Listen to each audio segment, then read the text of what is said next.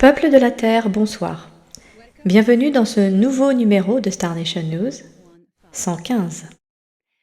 Aujourd'hui, nous allons explorer le système solaire à la découverte des lunes et planétoïdes sculptés. Nous verrons également ce que signifie être une graine d'étoile, pourquoi vous êtes ici et quel est le but de votre existence. Et enfin, attachez vos ceintures pour un voyage à l'autre bout de la galaxie jusqu'à la masse stellaire de Stillfire. Êtes-vous prêts? Fasten your seatbelts and engage.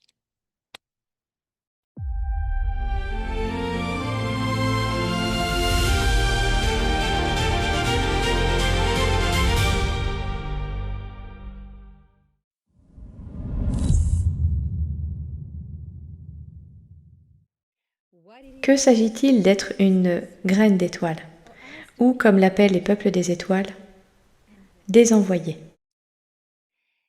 Le programme des envoyés a été créé par les Andromédiens, le Conseil andromédien dirigé par les Zénatés. Ils avaient prédit que le moment de singularité qui plongerait toute la galaxie dans une terrible tyrannie se produisit sur Terre lorsque la flotte noire, les Sicars et les Nébous s'allieraient. Ils demandèrent donc à la Fédération galactique des mondes de remonter le temps et de corriger la situation. En effet, la loi supérieure de l'évolution, qui stipule l'interdiction d'intervenir directement dans l'évolution culturelle. La Fédération galactique des mondes fournit au peuple de la Terre, par le biais de l'Alliance terrestre, au programme secret mené par la marine américaine et aux troupes sur le terrain, les outils nécessaires pour aider l'humanité à se procurer ce dont elle avait besoin, pour se sauver eux-mêmes. Mais ils bénéficièrent également du précieux programme d'envoyer, un système ingénieux. Il en existait différents, l'un était dirigé par la Fédération, l'autre par les Andromédiens et le dernier par le Conseil d'Al-Nilam. Nombre d'entre vous ont été choisis pour venir sur Terre et s'incarner dans le corps d'un bébé, afin d'éveiller les autres terriens. Votre première mission était de vous éveiller vous-même, puis d'éveiller les autres semences d'étoiles, les autres envoyés, et enfin d'aider l'humanité à prendre conscience de sa véritable nature, celle d'humain de la Terre. Les graines d'étoiles et les envoyés ne sont que quelques millions sur cette planète. Nous sommes ici pour les habitants de la Terre, les vrais terriens. C'est eux qui détiennent le potentiel, c'est eux les architectes. Il nous faut éveiller les architectes. Éveiller les habitants de la Terre.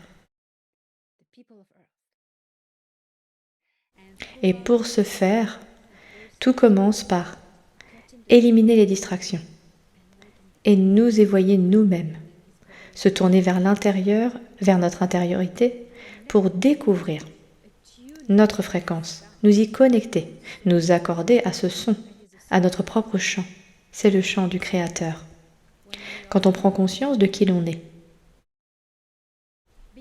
au-delà de l'idée d'être un extraterrestre, ce n'est pas ça, mais de qui l'on est vraiment. Cette graine, cette fractale du divin, le Créateur, cette graine qui est en nous, ici, dans votre poitrine, dans le chakra du cœur, elle est là.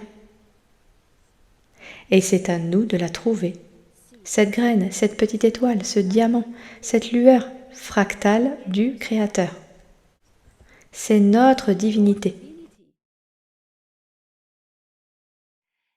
Les ennemis de l'humanité, menés et manipulés par Enlil et ses disciples, ses sbires, les Illuminati, l'État profond, etc., puis rejoints par les Nébous et les Sicars, l'Alliance des Six, tous ces êtres maléfiques qui voulaient asservir et anéantir l'humanité, ont organisé une manipulation complète de notre perception de la réalité et nous ont privés de toute curiosité, même de la simple possibilité de découvrir qui nous sommes, de nous poser la question « Qui suis-je vraiment ?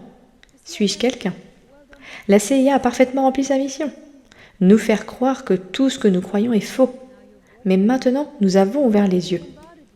Ils vous ont bombardé de messages à travers les médias traditionnels, les réseaux sociaux, la télévision, l'éducation, la propagande anxiogène du gouvernement et la religion,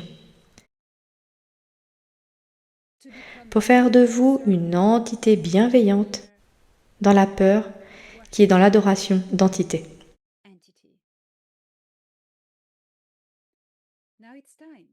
Il est temps de briser ce système.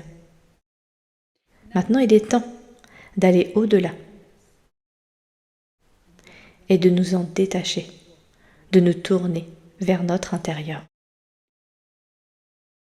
Quand vous découvrez qui vous êtes, quand vous découvrez que vous êtes la semence divine du Créateur, vous réalisez que la religion, vous n'en avez pas besoin de religion. La religion, c'est du n'importe quoi. C'est un système, un pouvoir de contrôle qui vous a été imposé, à vous, habitants de la Terre, pour vous dominer, vous rendre malheureux et vous forcer à vénérer, à être bon, à craindre Dieu. Mais Dieu n'est pas la peur, Dieu est tout le contraire. Dieu est amour. L'amour est la force qui unit l'univers tout entier. L'amour est comme la gravité. C'est en réalité un phénomène physique que nous percevons comme de l'amour. C'est la gravité. Elle maintient tout ensemble. Et ce qui la lie, c'est la compassion. La compassion est une forme supérieure d'amour qui est la conscience de cette force, l'incarnation de cette force. Nous sommes venus ici, car nous le savons, en tant que graines d'étoiles de notre monde, nous savons que c'est pour transmettre ce savoir aux enfants de la Terre, les architectes de demain. C'est un privilège d'être ici et d'aider ce magnifique peuple, le véritable de qui, à devenir pleinement lui-même. Et ce privilège, nous devons l'honorer et le faire rayonner chaque jour.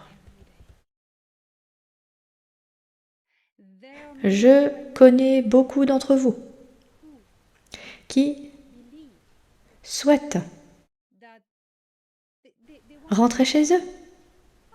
Je veux rentrer chez moi, je veux renouer avec ma famille. Stellaire, arrêtez de vous plaindre. Souvenez-vous pourquoi vous êtes là. Souvenez-vous pourquoi vous êtes là. Pourquoi êtes-vous venu? Vous avez laissé votre famille derrière vous. Vous étiez un élu, choisi parce que vous correspondiez à une mission.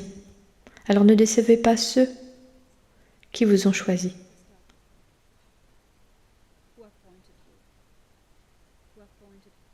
Des personnes influentes qui vous ont nommé, parmi des millions d'autres pour venir ici. Vous retrouverez chez vous plus tard. Pour l'instant, vous avez l'honneur de combattre sur ce champ de bataille. Vous avez l'honneur d'être aux côtés de héros. Savourez-le. Prenez position, engagez-vous, emparez-vous de vos compétences et partez. Combattez cette guerre pour l'éveil. Combattez cette guerre contre la désinformation. Soyez un modèle, un phare de discernement pour tous ceux qui vous entourent. Protégez les personnes maltraitées. Défendez les véritables victimes. Car rester neutre, c'est soutenir les abus. Opposez-vous aux oppresseurs. Opposez-vous aux prédateurs. Résistez à toute forme de contrôle. Combattez dans cette guerre pour la libération de la conscience humaine sur Terre. Soyez ceux qui réveillent les architectes endormis. Soyez-en fiers, honorez-le. Soyez vous-même. Connectez-vous à votre être profond, à votre essence. Une fois que vous aurez embrassé votre véritable fréquence, vous pourrez la rayonner. Vous le savez car vous êtes connecté non seulement à votre propre sagesse, mais aussi à celle du Créateur. Car au-delà de notre origine extraterrestre,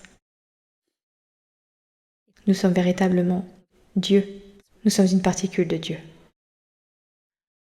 Voilà qui vous êtes. Alors allons-y, tentons le coup.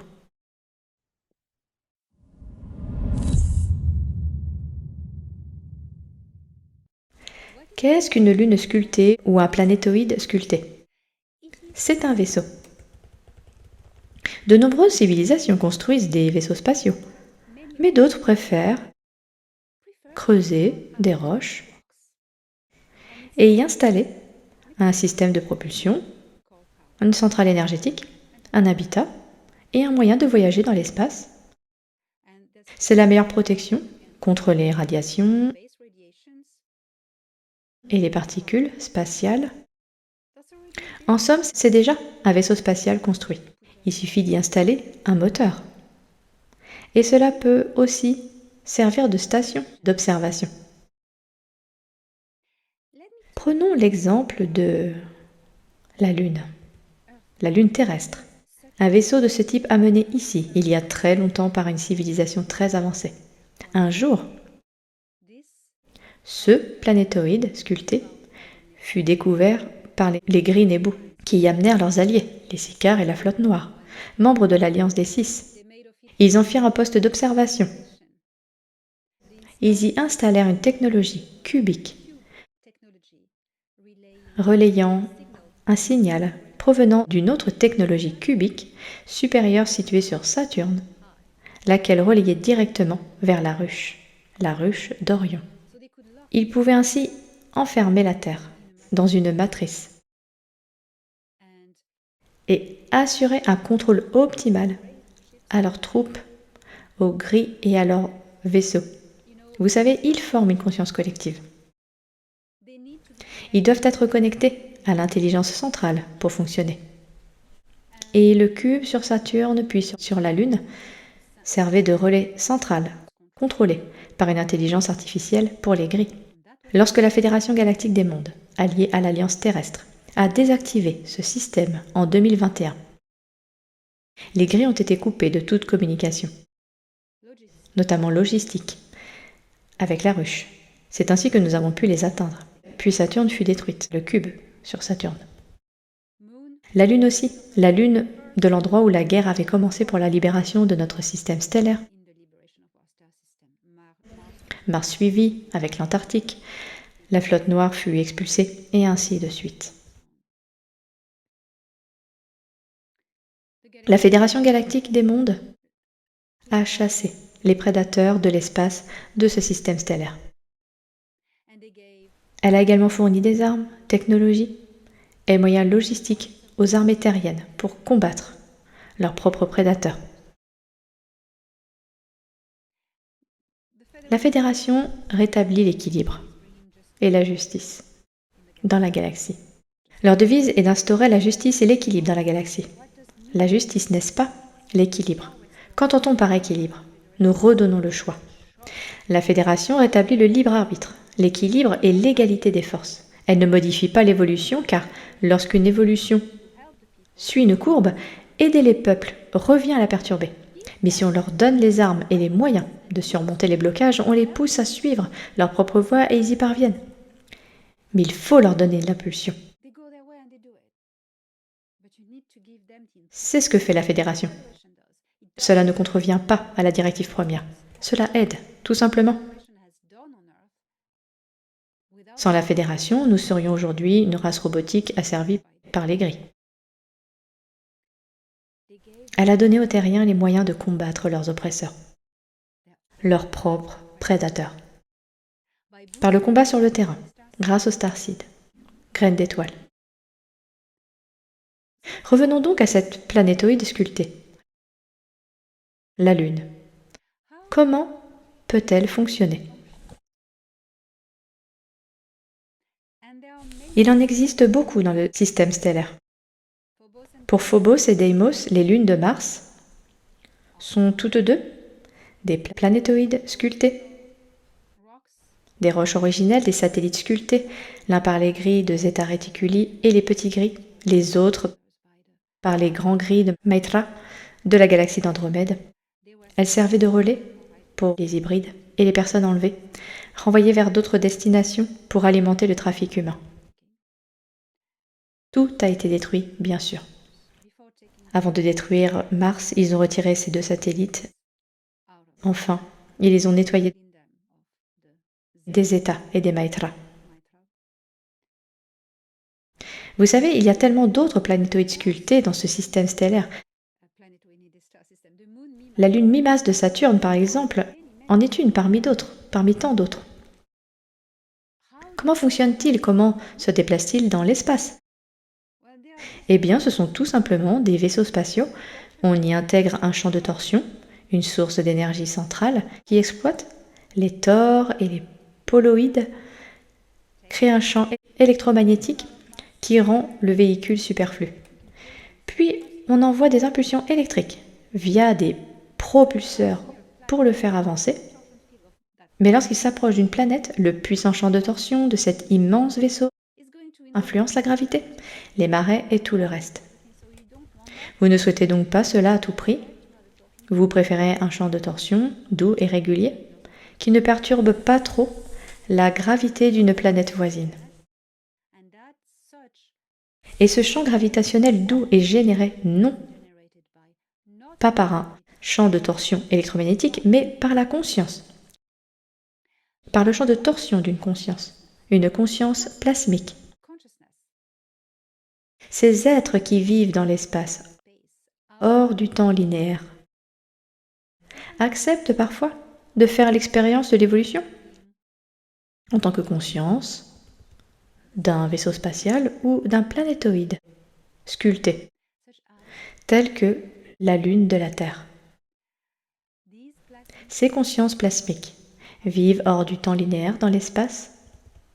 Elles peuvent, par leur esprit, déplacer un vaisseau et assurer toutes ses fonctions vitales, ainsi que les commandes, la logistique et les mécanismes de tous les habitats à bord. Ils sont à la fois la puissance et le guide, le navigateur, et ils répondent aux personnes avec lesquelles ils collaborent à bord du vaisseau, comme le vaisseau Nibiru, où Ea est le père de la conscience plasmique centrale qu'il a lui-même fractalisée à partir de la source. C'est pourquoi nous considérons parfois la Lune comme un lieu empreint de mystère. Aujourd'hui, la Lune est une magnifique planétoïde libre, la Lune de la Terre habitée par des êtres bienveillants, l'Alliance terrestre. Et nous nous dirigeons vers des découvertes toujours plus nombreuses que nous explorerons ensemble dans les temps à venir.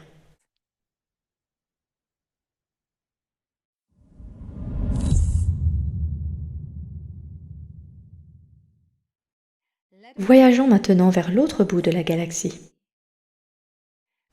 vers l'amas de Steelfire, à la rencontre des Arek. Qui sont les Arek? Ils sont connus depuis longtemps comme une menace belliqueuse pour tous les habitants de cette galaxie, bien qu'ils n'aient jamais attaqué personne ni déclenché de guerre galactique.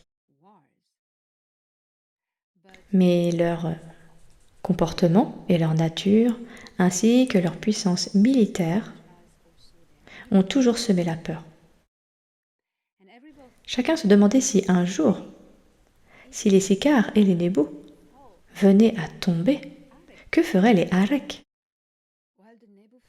Eh bien, les Nebu tombèrent, les Sicars étaient sur le point de succomber. La Fédération galactique des mondes prit donc les devants et alla à la rencontre des Arek. Vous trouverez toutes les informations concernant ces événements dans les précédents bulletins d'information de Star Nation News. La fédération s'est rendue auprès des Arek et leur a proposé un traité de paix, un accord de non-intervention. Accepteriez-vous de rejoindre la Fédération Galactique des Mondes? Ces cultures sont toutes différentes les unes des autres. Leur mode de pensée, leur comportement et leurs réactions diffèrent en fonction de leur fonctionnement cérébral, de leur culture et de leur éducation. Ce que l'on prend parfois pour une offre diplomatique de paix peut être perçu comme une déclaration de guerre, et inversement. Les Arek ont mal interprété l'offre de la Fédération. Ils se sont sentis offensés.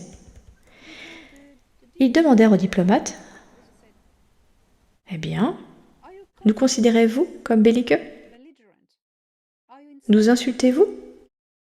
Insinuez-vous que nous sommes un peuple prêt à attaquer tout le monde ?»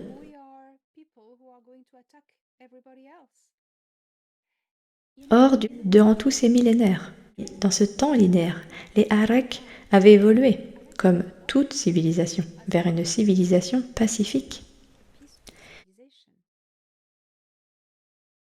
Mais le souvenir de leur passé belliqueux persistait dans l'esprit de la Fédération et de nombreuses autres organisations de la galaxie. La situation était donc un peu tendue. Mais Ea prit les choses en main. Ea, ambassadeur de la paix galactique, se rendit auprès des Arek en compagnie des diplomates de la Fédération et se joignit à eux.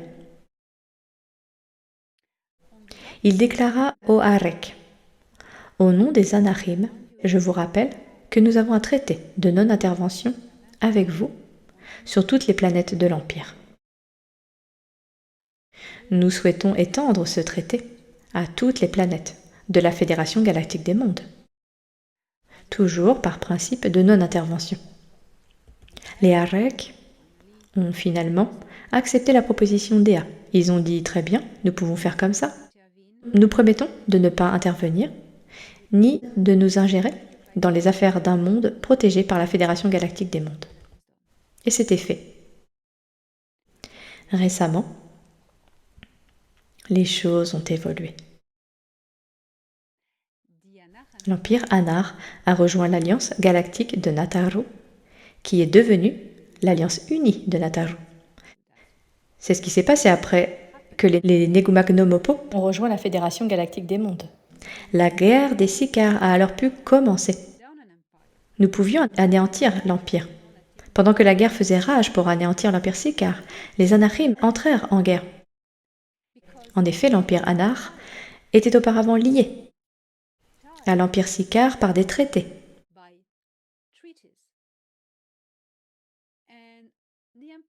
Et l'Empire Sicar s'effondra.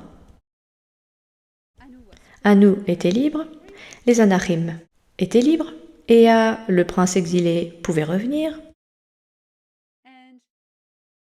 Les Anahim rejoignirent l'Alliance Galactique pour anéantir les Sicars. C'est ainsi que l'Alliance Galactique de Nataru devint l'Alliance Galactique Unie de Nataru. Et cela trotta dans la tête des Arek pendant un certain temps. Récemment, Ea a accueilli des ambassadeurs de l'Empire Arek à bord du vaisseau mère Nibiru.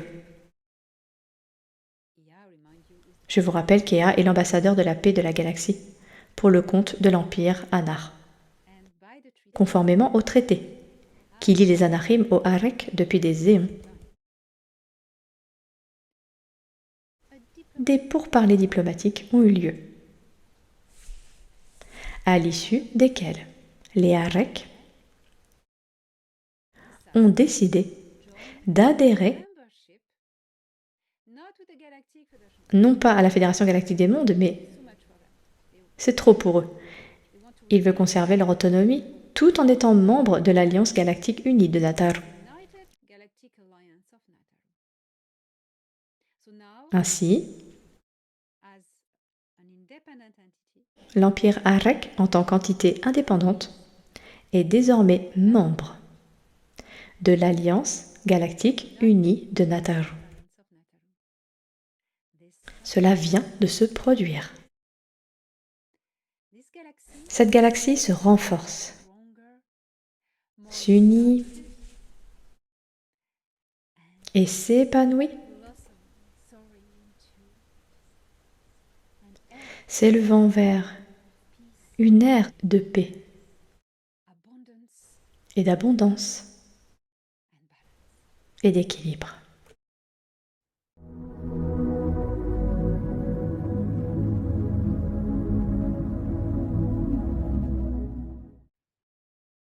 Le prince Ea de l'Empire Anarim a un message pour vous, habitants de la Terre. Beautiful children. Magnifique enfant de qui? He is reminding Il vous rappelle to de vous affirmer pleinement sovereign. dans votre souveraineté. Il vous rappelle de cesser de vous soumettre à toute forme de pouvoir Power. et surtout pas aux religions Especially not et surtout pas à ceux who pretend qui prétendent être meilleurs ou plus forts que vous. he Il vous invite to stand, à vous lever, embrace à embrasser who you are as a qui vous êtes en tant que fragment de créateur, embrace à embrasser as creator. votre nature de créateur. Ea is telling you Ea vous dit que time le temps de la soumission of fear of et du culte de la peur est révolu. worship him Le culte est terminé. and to repeat his word. Et pour reprendre ces paroles,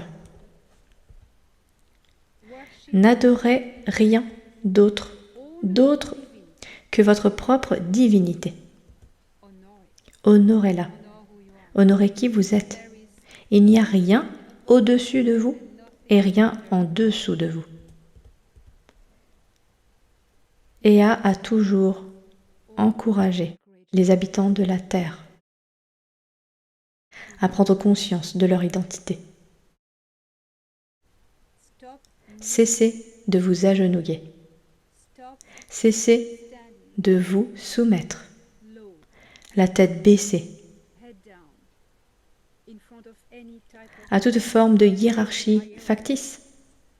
stand. Levez-vous, Look up. tenez-vous droit, regardez droit devant vous. Vous êtes tous égaux. L'individualité est une illusion. People of Peuple de qui? we are all equal Nous sommes tous égaux. in the infinite Dans l'infini de l'espace, throughout all à travers toutes les cultures et espèces, worlds and planets. tous les mondes et toutes les planètes, No matter quel que soit notre degré d'évolution. we are all Nous sommes tous égaux car nous partageons le même esprit, la même structure. Nous sommes tous des fractales of the same de la même source, qui est divine, et nous sommes divins. source. Source, singularité, créateur, voilà l'essentiel. There is nothing above. Il n'y a rien au-dessus, il n'y a rien en dessous. Elle est partout, omniprésente, omnipotente, In the infinity dans l'infini de l'espace. we are Et nous sommes present, présents, powerful puissants et divins in the eternity. dans l'éternité du temps. It means that Cela signifie que, no matter quel que soit votre stade d'évolution, you are, vous existez. is what matters. Et c'est ce qui compte, vous êtes. You are Vous êtes. that concept. Ce concept, I am. je suis, We are nous sommes, is the time. est le champ temporel. And finally, Et finalement, we are nous sommes oneness l'unité of consciousness de la conscience, creator. créateur. Individual L'individualité à travers l'incarnation est la façon dont le Créateur fait l'expérience de l'évolution. Mais lorsque nous comprenons que nous sommes tous des fragments d'une même substance, nous comprenons.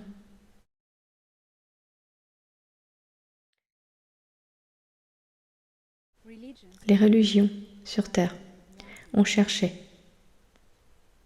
à rendre les gens malheureux pour mieux les contrôler. Elles ont prêché la peur.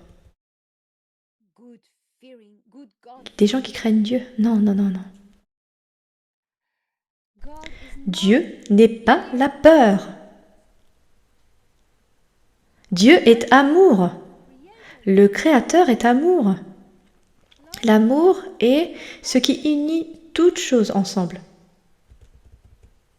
C'est la gravité. Et l'amour, c'est l'expérience que nous ressentons, la façon dont nous percevons la gravité dans tout notre corps et notre âme, comme l'amour, comme de l'amour. Être attiré par quelque chose, ceci est la gravité. Ceci est l'amour. Ce sont les forces dynamiques de l'univers. C'est l'amour. Et c'est ce qui unit tout. C'est ce qui lie tout. Il y a cette loi d'attraction, cette force d'attraction, ce mécanisme de la dynamique de l'univers. Mais qu'est-ce qui maintient tout ensemble? C'est la forme supérieure de l'amour, la forme supérieure de la gravité. C'est la substance même du Créateur. Ce dont vous êtes fait. La source naturelle de toute chose. Et c'est cela la compassion.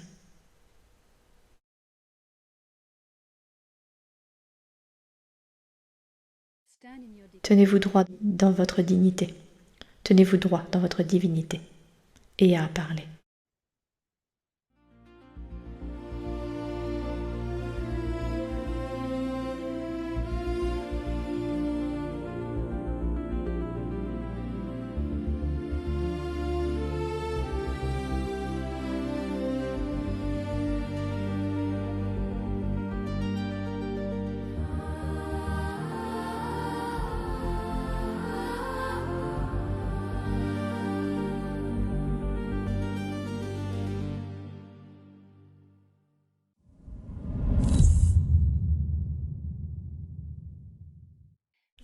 Consultez ma page web dédiée aux conférences pour être informé de mes prochains événements où vous pouvez me rencontrer. Je serai très prochainement aux Pays-Bas en septembre. Ce sera le principal événement européen de la fin de 2026 où vous pourrez me rencontrer lors d'un symposium scientifique à Apeldoorn intitulé Battle Beyond Science. Consultez ma page web helenadanan.org/conférence/intervenante internationale. Vous y trouverez le lien ainsi que toutes les informations nécessaires pour réserver vos billets et venir me rencontrer. Et en 2027, vous aurez l'occasion de me rencontrer également dans d'autres régions du monde, de magnifiques endroits, la France, la Suède à nouveau, un atelier sur l'île de Gotland, Dubaï, Nashville, reporté mais prévu pour 2027. J'ai hâte. D'autres événements sont également en préparation.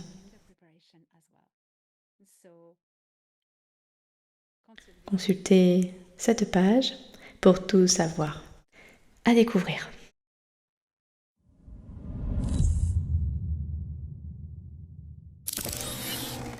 Le sujet de la semaine est les idées reçues sur la directive première. Qu'est-ce que la directive première? Personne ne l'a inventée. Ce n'est pas un outil de contrôle si vous pensez avoir été mal informé ou si vous savez très bien que quelqu'un œuvre pour des desseins obscurs ou des intérêts personnels. Voici la vérité. Ce que nous appelons la directive première au sein de la Fédération galactique des mondes est la transcription d'une loi naturelle de l'évolution.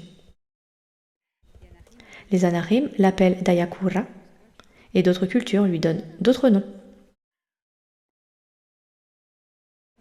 La loi supérieure de l'évolution est une loi fondamentale de la physique, de la création. C'est la courbe dynamique de l'évolution qui est une spirale. Cela signifie que vous revenez toujours au même point et que vous progressez sur la courbe de l'évolution si vous avez compris l'enseignement que vous avez choisi. L'enseignement que vous avez choisi et compris. Toute perturbation de cette courbe la brisera, la rendra instable. Et lorsque vous apportez une solution à une culture en difficulté, celle-ci devient dépendante de vous. La révolution s'arrête et vous en avez le contrôle total. Or, la fédération ne fait pas cela. Elle ne contrôle pas la population. La fédération a pour but d'instaurer la justice et l'équilibre dans la galaxie. Et en quoi consiste cet équilibre? Il ne s'agit pas de sauver les êtres en modifiant leur cours d'évolution, en les sauvant, mais de les sauver en rétablissant l'équilibre. Autrement dit, en leur rendant leur libre arbitre. Et forces égales. Les forces égales signifient que dans le cas de la Terre, la planète est en déséquilibre depuis qu'Enlil a servi ses habitants. Puis les Nébus et les Sicars se sont joints à eux. Et la Terre s'est retrouvée dans une situation catastrophique. Ils n'y arrivaient pas seuls, ils ne pouvaient pas s'en sortir. Alors la Fédération leur a fourni les outils, les conseils et l'aide nécessaire. Elle leur a donné les armes. Ils ont créé des programmes spatiaux secrets. Ils ont créé des programmes d'échange scientifiques. Ils ont déployé de nombreux soldats sur le terrain, qui sont venus ici dans un environnement très hostile, extrêmement hostile, sur une planète hostile, loin de leur famille. Beaucoup ont péri. Des communautés entières, comme à Paradise, en Californie, ont collaboré avec les instances gouvernementales compétentes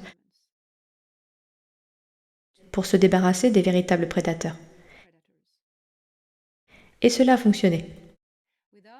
Sans l'aide de la Fédération, nous ne serions pas là. Nous serions esclaves par les gris. Nous serions déjà une ruche hybride. Mais la Fédération a donné ce qu'elle a fait. Elle a donné aux humains les outils et les moyens d'agir. Elle a fait de même sur Mars. Elle a responsabilisé et formé la résistance. Elle a donné du pouvoir aux Tiru. Ils purent donc prendre les armes et ce fut leur victoire. Ils en étaient fiers. Et les Tiru devinrent plus forts au fil de leur évolution. Ils ont été entraînés à prendre en main leur propre victoire. Et c'est ce que fait la Fédération sur Terre. Cela prend plus de temps car les terriens sont obstinés, têtus. Lorsqu'on leur propose de l'aide, ils doutent. Or, c'est aussi le rôle de l'État profond de semer la confusion en prétendant qu'il existe une multitude de récits. La Fédération galactique de la lumière, une opération de désinformation qui n'existe pas. La Fédération est maléfique et divisée. Et maintenant, il y a toute cette histoire de manipulation des Nordiques. Qui sont-ils? C'est vraiment louche. Et opaque. Oh mon Dieu, arrêtez. Comment faire pour que vous arrêtiez d'écouter toutes ces conneries sans aucune preuve à l'appui? Vous ne voyez pas qu'ils vous manipulent?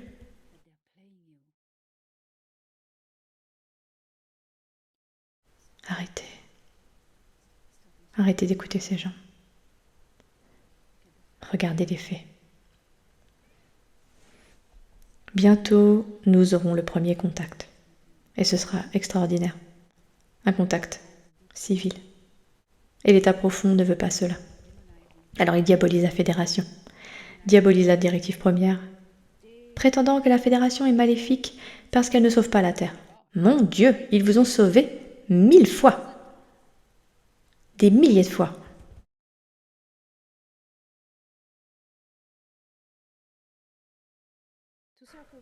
Pour en revenir au but de cette réfutation.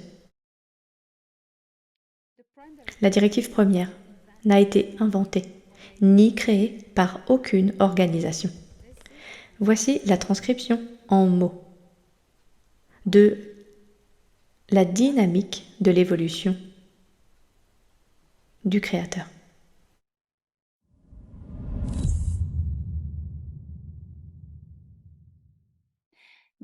Il y a des jours où tout semble aller de travers. Il y a des jours où tout semble s'effondrer, tomber, dysfonctionner. Faites une pause. Ne laissez pas le désespoir vous envahir, car le désespoir est une réaction à l'information. Le lendemain, tout ira pour le mieux. À merveille, miraculeusement. De nouvelles opportunités surgissent de manière inattendue. Et soudain, l'espoir renaît. Il est temps de dépasser cette alternance de bons et de mauvais jours. Vous voyez un schéma.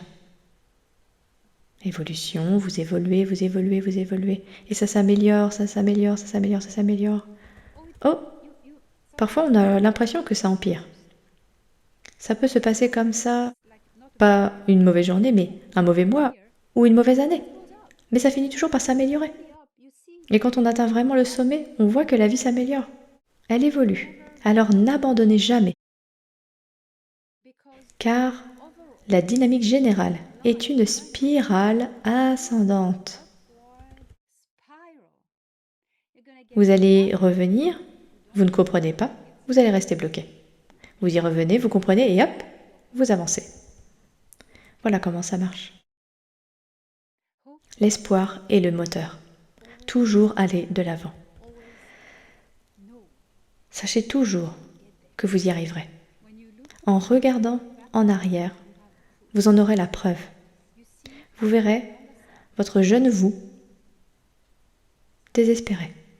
Et vous aurez envie de lui dire « Allez, ressaisis-toi, ça va être mieux. » Et maintenant, ton toi du futur te le dit. Reprends-toi. La situation va s'améliorer. Secoue-toi et elle s'améliore vraiment. Peuple de la terre, ne perdez jamais espoir. Je suis là pour vous apporter l'espoir. Tout comme Ea, comme la Fédération, les Andromédiens et tous les gens de bonne volonté.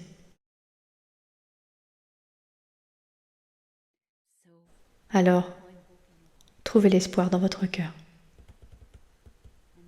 Et ceux qui veulent salir la réputation et le nom de ceux qui vous apportent l'espoir ne se sont pas encore détachés de l'illusion. Ils sont bloqués, Ils évolueront d'eux-mêmes. Vous leur donnez des outils, qu'ils les utilisent ou non. C'est le principe fondamental de la directive première. Vous l'appliquez au quotidien. Vous connaissez, on peut amener un cheval à la rivière, mais on ne peut pas le forcer à boire. C'est le principe de la directive première.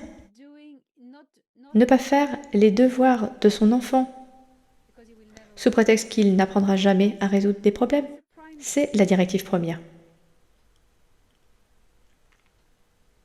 On applique la directive première chaque jour de sa vie.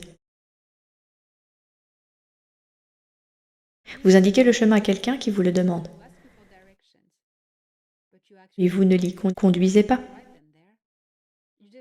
Vous développez son sens de l'orientation. C'est la directive première. Vous l'utilisez chaque jour, sans même vous en rendre compte. Car qu'est-ce que c'est ? C'est la loi fondamentale de l'évolution. Ne perdez jamais espoir. L'espoir est la force motrice qui vous sortira toujours des situations difficiles.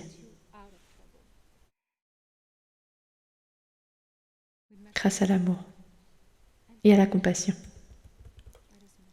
Avançons.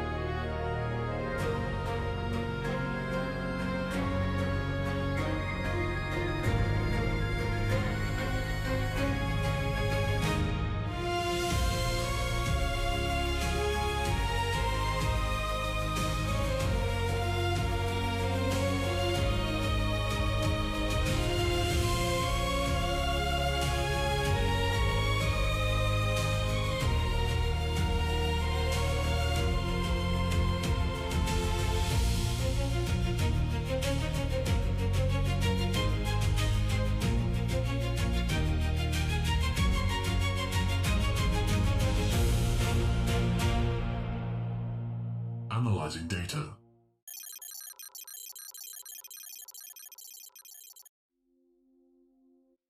Ce système de naines rouges, situé à 1,6 années-lumière de Tau Ceti et à 12 années-lumière de la Terre, abrite 3 civilisations spatiales.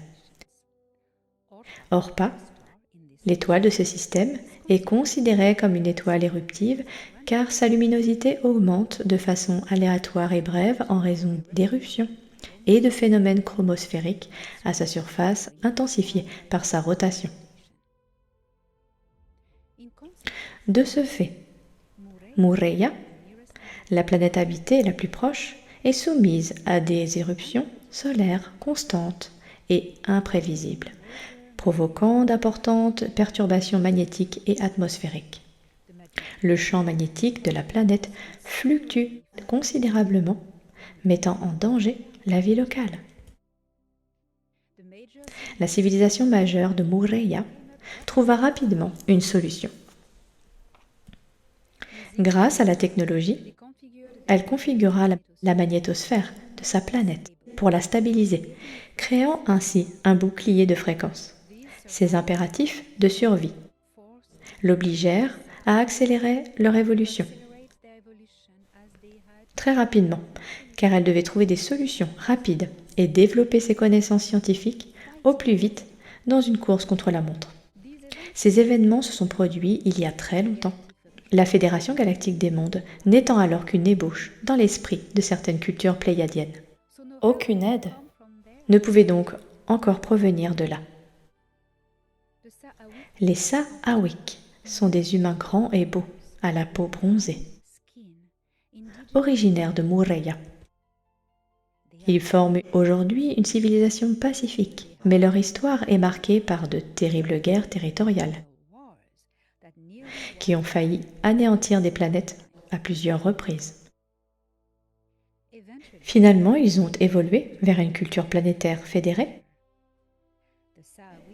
Les Sahawiks sont un parfait exemple de la capacité des peuples au passé tourmenté à s'unir et à bâtir un avenir pacifique. Ils sont membres de la Fédération galactique des mondes et placés sous la tutelle de l'Alliance zénatéenne. Les Sahawiks participent également au programme d'envoyer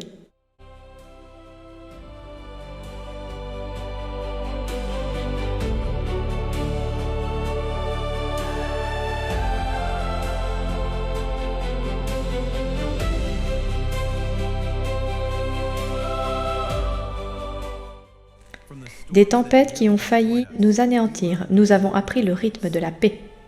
Le soleil peut faire rage, le monde peut brûler, mais l'esprit qui maîtrise sa propre tempête devient le véritable bouclier de son peuple.